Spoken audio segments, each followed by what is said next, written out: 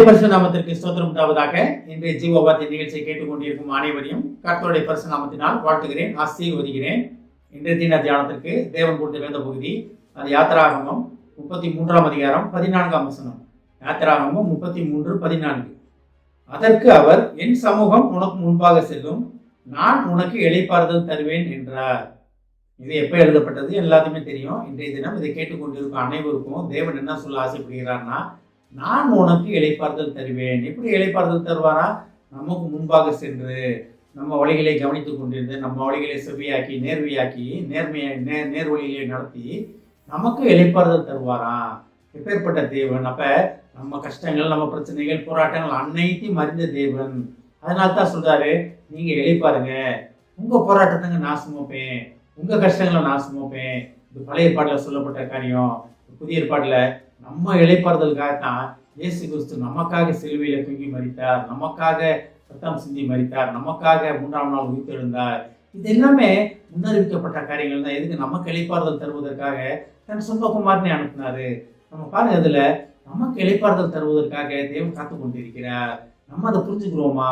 தேவ சமூகத்துல தான் இளைப்பாறுதல் இருக்கு, தேவனுடைய பாதத்துல தான் நமக்கு விடுதலை கிடைக்குது அப்படின்னு நம்ம உணர்கிறோமா? நம்ம உணர்றதுனால தான் நமக்கு இவ்வளோ போராட்டங்கள். இல்லை பாருங்க, என் சமூகம் உனக்கு முன்பாக செல்லும். அப்ப தேவன் நமக்கு முன்பாக சென்று நம்ம வழிகளை செவிப்படுத்துகிற தேவன். நான் முன் சென்று வழிகளை செவியாக்குவேன், கோணலானவைகளை நேராக்குவேன். எவ்வளோ படிக்கிறோம் நம்ம அதை பற்றி. அப்ப தேவன் நம்ம முன்பாகவே இருக்கிறார், சென்று கொண்டிருக்கிறார். இந்த செகண்ட்லையும் நீங்க இதை கேட்டுக்கொண்டிருக்கிற நேரத்துல தேவன் முன்பாகவே நின்று கொண்டிருக்கிறார்.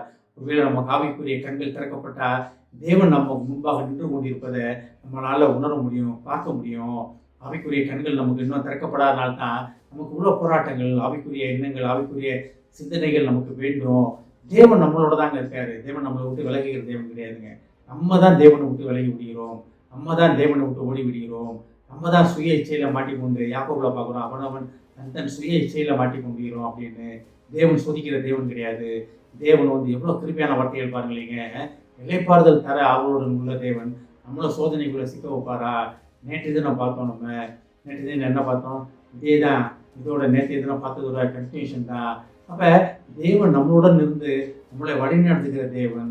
உலகத்தின் முடிவு பரியந்தம் சகல நாட்களிலும் உங்களுடனே இருப்பேன் வாக்கு கொடுத்த தேவன். இதே தான் நம்ம திருப்பி மத்தேயுல 30 கடைசி 28ஆம் அதிகாரம் 20ஆம் வசனத்துல பார்த்தோம். இதே தான் அதுலேயும் சொல்றாரு. இப்போ தேவன் திரும்ப திரும்ப திரும்ப கன்ஃபார்ம் பண்ணிக்கிட்டே இருக்காரு.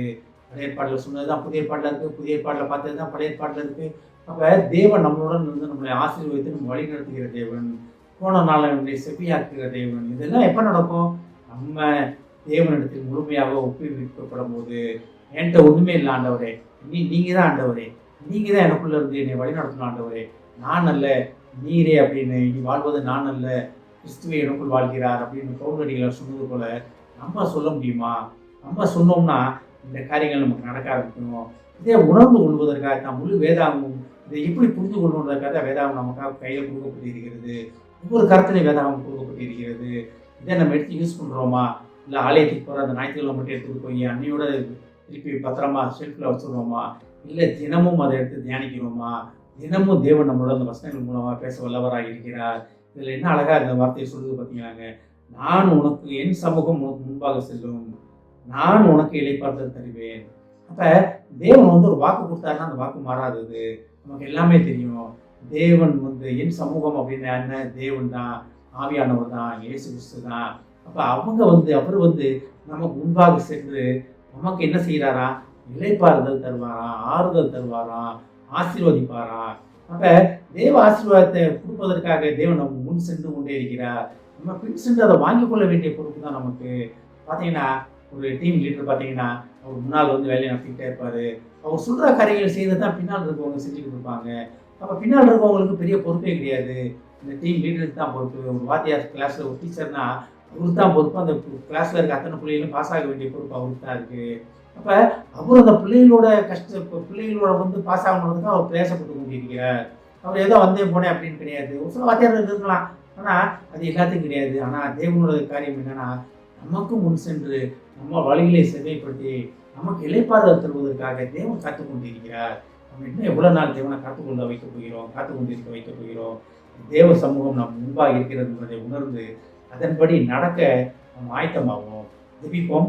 எங்களை அதிகமான அன்பின் பரலோக பிதாவே, நீர் உமது சமூகம் எங்களுக்கு முன்பாக சென்று எங்களுக்கு இளைப்பாறுதல் தரும் என்பதை நாங்கள் அறிந்து கொண்டோம் ஆண்டவரே. ஏசுதாவே, நீர் எங்களுக்கு இளைப்பாறுதல் தருவதற்காக, எங்களை ஆசீர்வதிப்பதற்காக நீர் எங்களுக்கு முன்பாக நின்று கொண்டிருக்கிறேன் என்பதற்காக நன்றி நன்றி நன்றி ஆண்டவரே.